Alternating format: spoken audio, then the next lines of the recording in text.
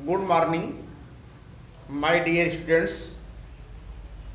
आज हम लोग class 12 chemistry chapter first solid state अर्थात आप बता सकते हो बेटा ठोस अवस्था के बारे में हम लोग अध्ययन करेंगे।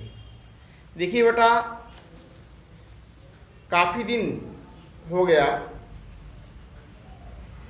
वीडियो बनाए, क्योंकि बीच में जो है बोर्ड कक्षा 10 और 12 का फॉर्म भरा जा रहा था, और इसके बाद जो है 9th और 11th का रजिस्ट्रेशन शुरू हो गया था, जिसमें हम थोड़ा व्यस्त हो गए थे। इसलिए आप लोग जो है वीडियो हम प्रोवाइड नहीं कर पाए थे। इसके लिए जो है आप नाराज मत होइएगा। देखिए बेटा, अब समय मिल रहा है, आप लोगों को जो है समय समय पर वीडियो जो है प्रोवाइड किया जाएगा। तो आइए आज हम देखते हैं बेटा, सबसे पहले सॉलिड स्टेट। तो सॉलिड स्टेट का इंट्रोडक्शन आपको पार्ट 1 में जो है बता दिया गया था। सीधे सीधे अब आपको जो है पढ़ना है ठोसों का वर्गीकरण पार्ट 2 में। ठोसों का वर्गीकरण, जिसे आप कह सकते हो बेटा classification of solids. Classification of solid, ठीक, क्लासिफिकेशन ऑफ सॉलिड।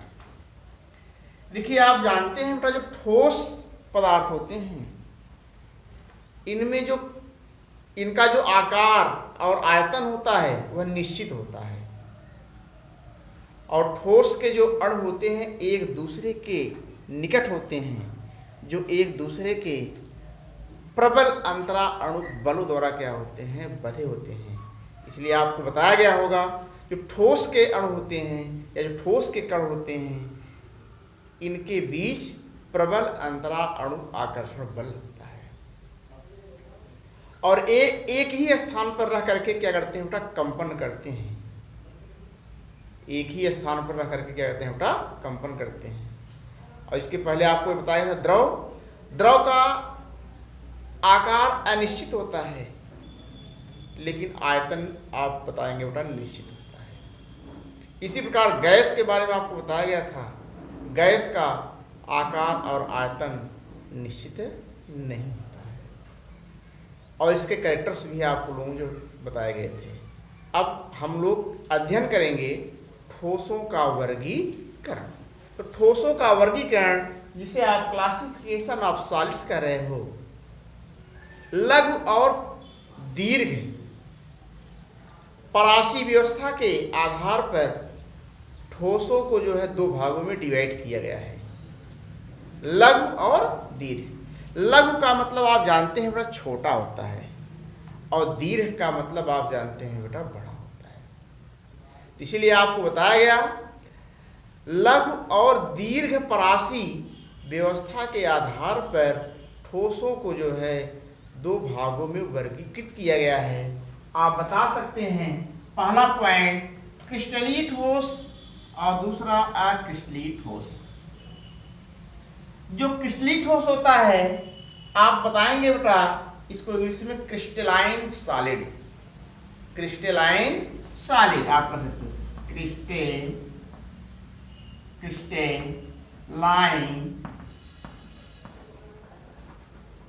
सॉलिड, ठीक। और जो अक्रिस्टलीय ठोस होता है इसे आप कह सकते हो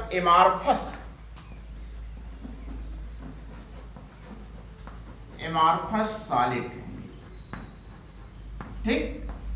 इसे क्या कहेंगे बेटा, एमार्फस सॉलिड। तो आइए हम लोग सबसे पहले यह जानते हैं बेटा, लघु और दीर्घ परासी, ठीक, लघु और दीर्घ परासी। तो आप सबसे पहले यह देखेंगे जो क्रिस्टलीय ठोस होता है, क्रिस्टलीय ठोस, आप बताएंगे कि वे ठोस जिनमें अवयवी कणों की त्रिविम में एक निश्चित व नियमित व्यवस्था होती है। एक निश्चित व नियमित व्यवस्था को ही हम आप लोग क्या कर सकते हैं, अपना दीर्घ परासी व्यवस्था। क्या कहेंगे? दीर्घ परासी व्यवस्था। इसीलिए इस दीर्घ परासी व्यवस्था को हम आप लोग क्या कर सकते हैं, अपना क्रिस्टलीय ठोस कर सकते हैं। क्या कहेंगे? क्रिस्टलीय ठोस। जैसे आपको जो है बताया गया होगा, जब किसी भी बिल्डिंग का फॉर्मेशन होता है या नई बिल्डिंग बनाई जाती है, तो हम आप लोग क्या करते हैं, सबसे पहले नींव डालते हैं।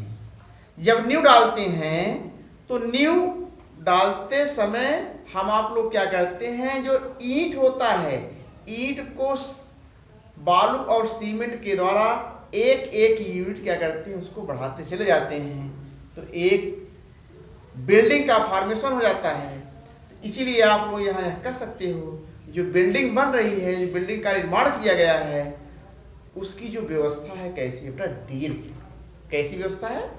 दीर्घ व्यवस्था है। और इस दीर्घ परासी व्यवस्था को हम आप लोग बता सकते हैं क्रिस्टलीय ठोस।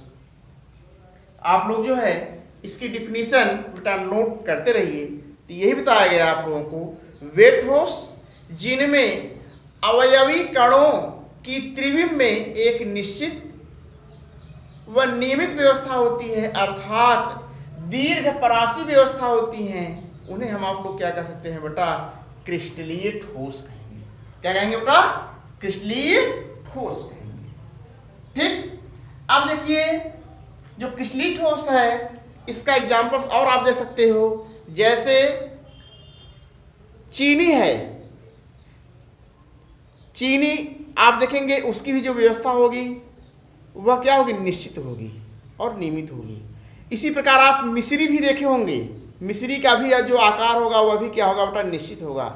उसे चीनी के कणों का जो आकार होगा कैसा होगा, निश्चित होगा। तो हम आप लोग यहाँ कह सकते हैं, अगर अवयवी कण पूछा जाए तो अवयवी कण में आप लोग बता सकते हैं अणु, परमाणु, आयन।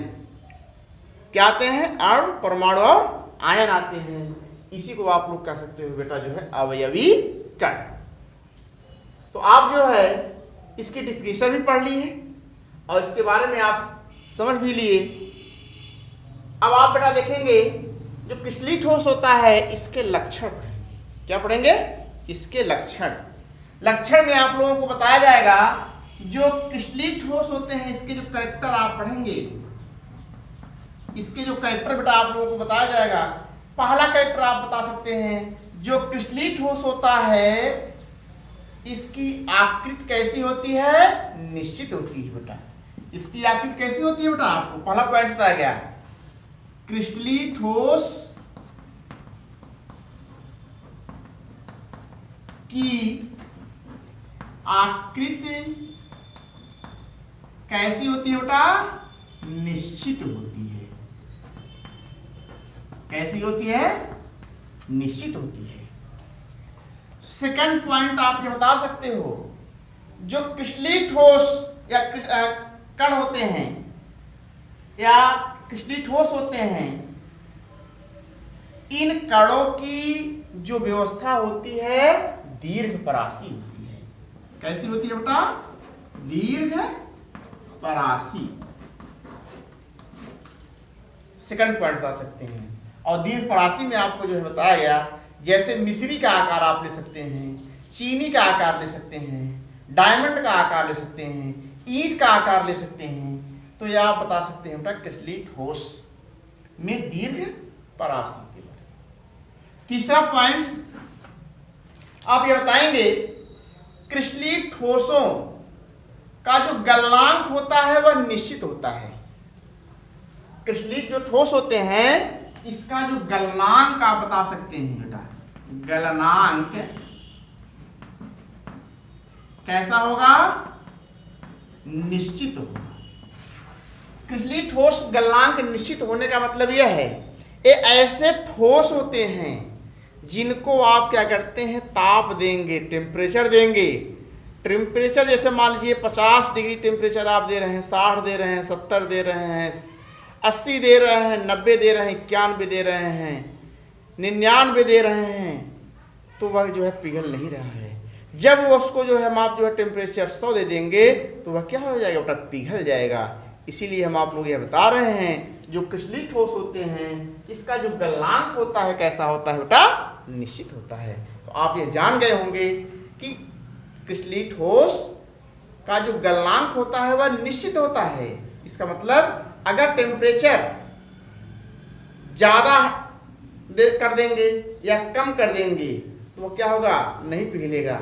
जितना गलनांक आप, जितना टेम्परेचर निश्चित है उस निश्चित टेम्परेचर पर जब आप क्या करेंगे, उसको गर्म करेंगे तभी वह पिघलेगा। इसीलिए आपको बताया गया, जैसे मान लीजिए कोई पदार्थ या कोई ठोस है, अगर उसका गलनांक 50 डिग्री सेल्सियस है तो 50 डिग्री सेल्सियस पर ही क्या होगा, पिघलेगा। 50 डिग्री सेल्सियस पर ही वह क्या होगा, पिघलेगा। इसलिए आपको बताया गया इसके लक्षण में इसका गलनांक भी क्या होता है बेटा, निश्चित होता है। अगला पॉइंट आप देखेंगे, जो क्रिस्टलीय ठोस, क्रिस्टलीय ठोस ही वास्तविक ठोस होते हैं। क्रिस्टलीय ठोस ही क्या होते हैं बेटा, वास्तविक होते हैं। फोन आ गया था, इसके लिए जो है कुछ देर आप रुक जाइए बेटा। तो आपको बताया क्रिस्टलीय ठोस ही वास्तविक ठोस होता है। वास्तविक ठोस का मतलब यही आपको बताया गया कि जैसे ईंट है, ईंट में जो अवयवी कण हैं ये जनरली क्या है, एक दूसरे से आपस में सटे हुए हैं और ये जो होते हैं कठोर होते हैं, संपीड होते हैं, अर्थात दृढ़ होते हैं। इसलिए आप कह रहे हैं जो क्रिस्टलीय ठोस होता है आप बता सकते हैं वास्तविक ठोस है। क्या है बेटा, वास्तविक ठोस है। अब अगला पॉइंट्स आप देखेंगे, 5 पॉइंट्स आप देखेंगे। देखिए बेटा, जो क्रिस्टलीय ठोस होता है यह विषम दैशिक होता है। कैसा होता है, विषम दैशिक होता है। तो कहने का मतलब इसका जो नेचर आप बताएंगे, इसका नेचर विषम दैशिक होता है, अर्थात इनके भौतिक गुणों में अलग अलग दिशाओं में भिन्नता पाई जाती है। अलग अलग दिशाओं में क्या पाई जाती है बेटा, भिन्नता पाई जाती है। आप ये बता सकते हैं किसके बारे में, क्रिस्टलीय ठोस के परिभाषा और इसके लक्षण के बारे में। ठीक, इसके बाद आप देखेंगे जो क्रिस्टलीय ठोस होता है इसका सबसे प्रमुख उदाहरण आप बता सकते हैं बेटा, हीरा होता है। क्या होता है, हीरा। जो हीरा होता है आप ये बताएंगे, ठीक, जो हीरा होता है यह क्रिस्टलीय ठोस का एक सबसे महत्वपूर्ण एग्जाम्पल्स है और इसका उपयोग जो होता है हम आप लोग बता सकते हैं किस रूप में बेटा किया जाता है, आभूषण के बनाने में किया जाता है। और यह जो हीरा होता है क्या होता है बेटा, बहुत ही कठोर होता है, इसको आप डायमंड कह सकते हैं।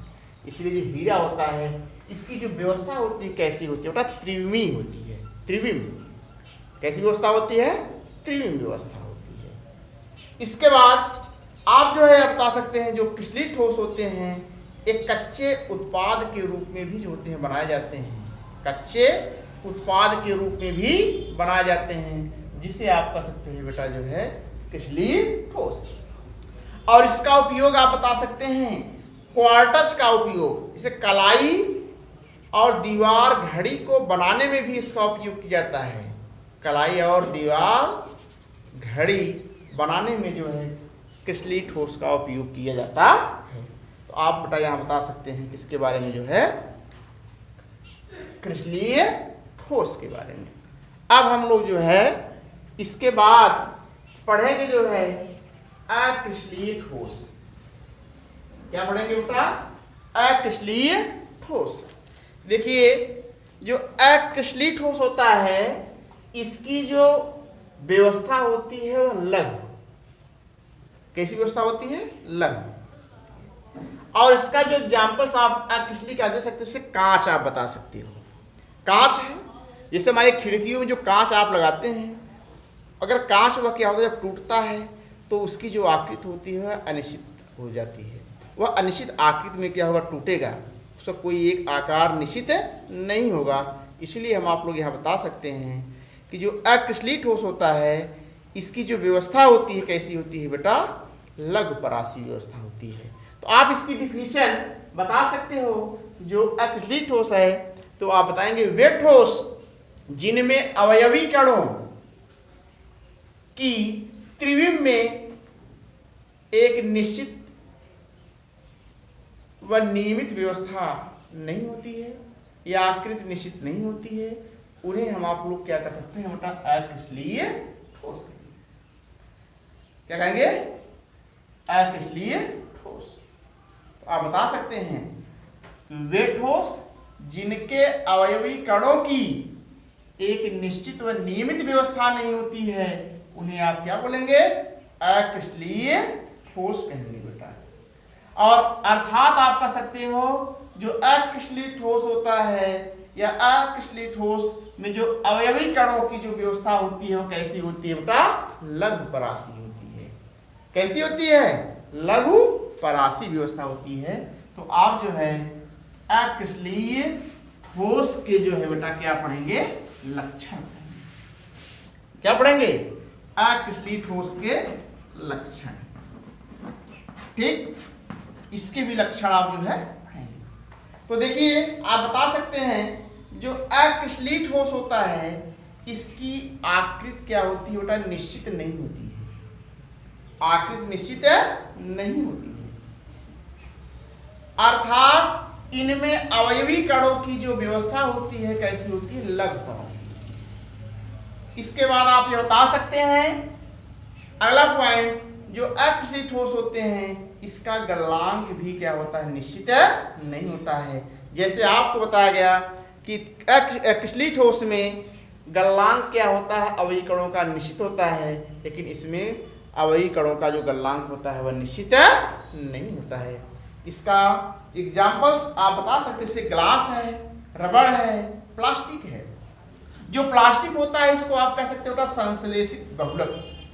संश्लेषित बहुलक, तो संश्लेषित बहुलक का जो एग्जाम्पल्स होगा आप बता सकते हैं बेटा क्या, प्लास्टिक। प्लास्टिक हो गया, रबड़ हो गया और कांच हो गया। ठीक, ये आप बता सकते हैं इसकी जो व्यवस्था होती है कैसी होती है, लघु। कैसी व्यवस्था होती है, लघु। ऐसे से रबर है, रबर को जब आप तानते हैं या खींचते हैं तो रबर क्या होता है, फैलेगा, और जो टूटता है तो उसकी व्यवस्था क्या होती है, निश्चित नहीं होती है। आकृति क्या होती है, निश्चित नहीं होती है। तो इसलिए आप जो है यह बता सकते हो कि जो क्रिस्टलीय ठोस होते हैं इसके उपयोग आप बता सकते हैं टायर के बनाने में, ट्यूब के बनाने में, जूते के सोल बनाने में जो है इसका उपयोग किया जाता है। टायर, ट्यूब और जूते के सोल बनाने में अर्थात खिलौने बनाने में इसका उपयोग किया जाता है। इसके अलावा आप बता सकते हैं जो कुछ भी घरेलू उपकरण होते हैं उनके बनाने में अक्रिस्टलीय ठोस का उपयोग किया जाता है। घरेलू उपकरण जो भी आप इंस्ट्रूमेंट्स यूज करते हैं उनके बनाने में इसका उपयोग किया जाता है। तो आप जो है बेटा ये बता सकते हैं जो अक्रिस्टलीय ठोस आप बता सकते हैं इनमें आता है एक सिलिका का उपयोग। जो सिलिका होता है इसका उपयोग जो होता है आप बताएंगे वोल्टेज सेल के बनाने में किया जाता है। तो वोल्टेज सेल के बनाने में जब किया जाता है तो इसमें जो प्रकाश ऊर्जा होती है इसका उपयोग होता है विद्युत ऊर्जा में किया जाता है। तो वही जो वोल्टेज सेल होता है प्रकाश ऊर्जा को जो है यह कन्वर्ट कर देता है किसी बेटा विद्युत ऊर्जा में कर देता है।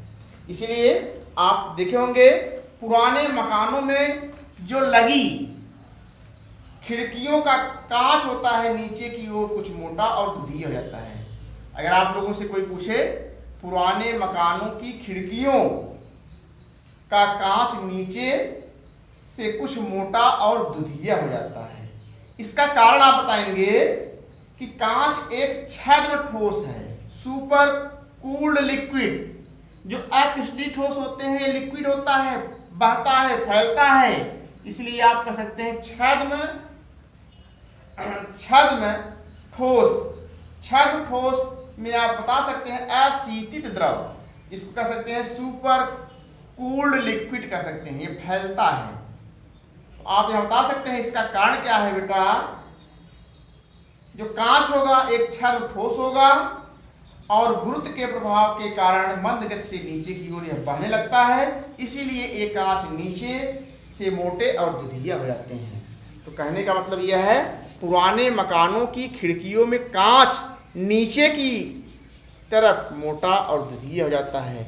आप बता सकते हैं गुरुत्व के प्रभाव के कारण ये क्या होता है, छद्म ठोस होते हैं जो नीचे की ओर बहने लगते हैं, इसीलिए आप बता सकते हैं खिड़की जो कांच लगे होते हैं नीचे से मोटे हो जाते हैं और दुधिया लगने लगते हैं। तो आप जो है बेटा आज इस वीडियो में केवल ठोसों का वर्गीकरण पढ़ेंगे। इसके अंतर्गत क्रिस्टलीय ठोस और अक्रिस्टलीय ठोस, क्रिस्टलीय ठोस की डिफिनीशन आपको बताया गया, इसके लक्षण बताए गए और उपयोग भी बताएंगे। इसी प्रकार अक्रिस्टलीय ठोस के डिफिनीशन, लक्षण और उपयोग बताया गया। इसके बाद आपसे जो है हम अगले वीडियो में मिलते हैं। धन्यवाद।